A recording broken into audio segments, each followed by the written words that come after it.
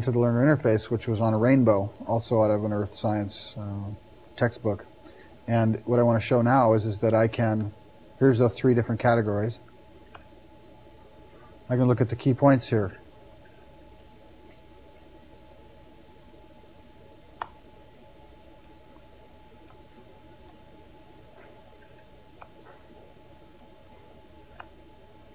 I can look at the essential structure, the science of a rainbow.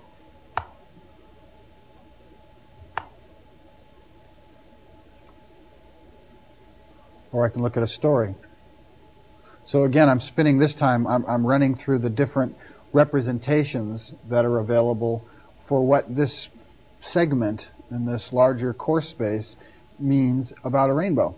What is it that this rainbow thing really means? Well, I've created a story pathway access that a learner can quickly find themselves to, something that's much more scientific, something that's much more practical and day-to-day observable.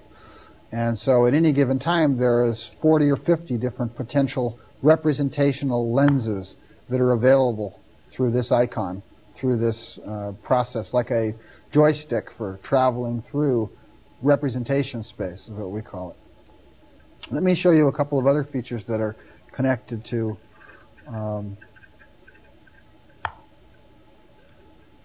let me go to gravity, for example, and pick out go to the epistemology, or the roots, or more of a root approach to the discussion of gravity. And while I'm here, notice that there's also a symbol here which means there's an external launch. There's an external application available to support this epistemological view, or a more experimental or scientific view of gravity. And there's also another hypercard stack that I can launch if I'd like. So let me launch the external application. Now when I do that, my interface, the learner interface, suspends. It just drops out. And a new application comes on.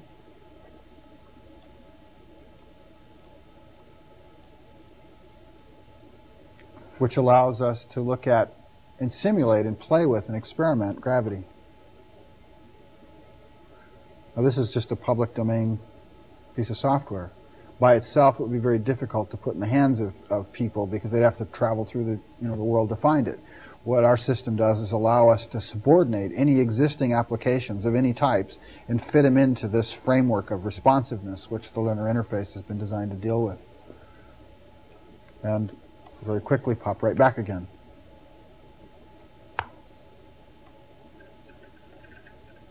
Similarly, if somebody's made in this case for Macintosh only, made a hypercard stack that's relevant to the issue that we're working on, then our system can do what it just did. It can suspend itself, drop out, launch the hypercard stack that somebody else made, allow somebody to travel through it, and at any time pull up what we call the flying bridge, or the shuttle of our interface, which will allow them to also look at different references, check out different representations that are available within this hypercard stack, make collector case things, which I haven't showed yet, or simply pop back to the interface and continue on with where we were going. So again, back to learner interface as cockpit, as a spaceship, as a cockpit for flying through learning materials that will allow somebody to utilize their meaning needs at the elemental level or at the construct level to unfold this continuum of information that's available in a way that's engaging for them and that's responding to them in terms of their ability to stay learning, to be able to stay engaged in what's going on, and with a very simple set of controls. And at the same time is feeding back to whoever is designing it to help them learn more about their constituency and about their own learning needs. Right. In fact, this is one view that a teacher might have on a per-student basis, and this is not finalized by any sense, but it gives you a sense of the data that's being collected.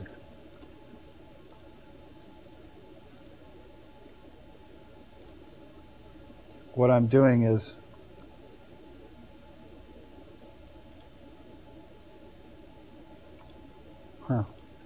got something strange going on.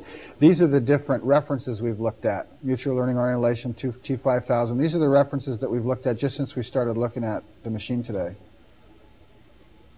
These are the representations that we looked at since we've been on the machine today. These are the mail forwardings. This is the feedback. Remember we said we'd like to see a quotation from Einstein? Yeah. Okay. All this stuff is being captured. It's all available, and we are developing a series of different summary systems to allow the information that's collected by the learner interface to flow back to the teacher and to the courseware developers or experienced designers.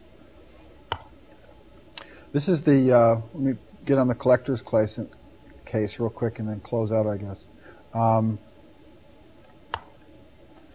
This is the collector case system. It allows somebody to select through a multitude of different places that the different colored highlighters that I spoke of earlier, red, green, blue, whatever it may be, that they can say, I want to put it in collector case 5, turn it on, and whatever it is that they highlight is collected. And these are the different cavities that they can go in and expand or print or file or trash.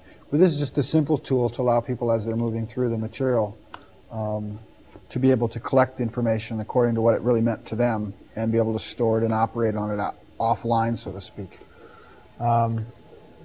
So the learner interface, the basic system being an interface in some respects with the same philosophy but radically different intention than the idea of a desktop.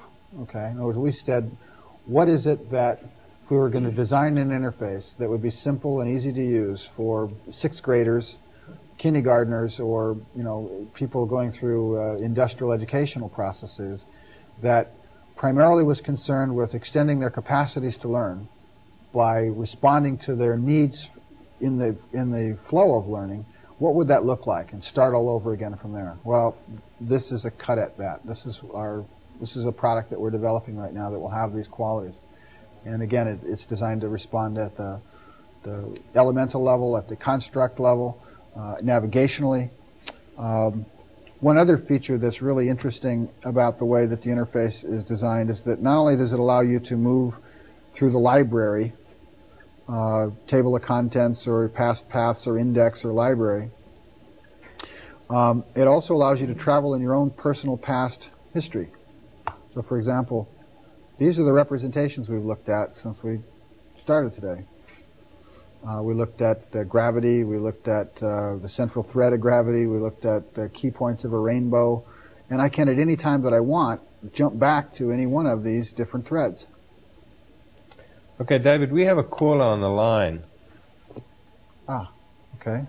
How do we... Can we take her? It's Carolyn Baker from Ottawa. I can't hear her, can you? No.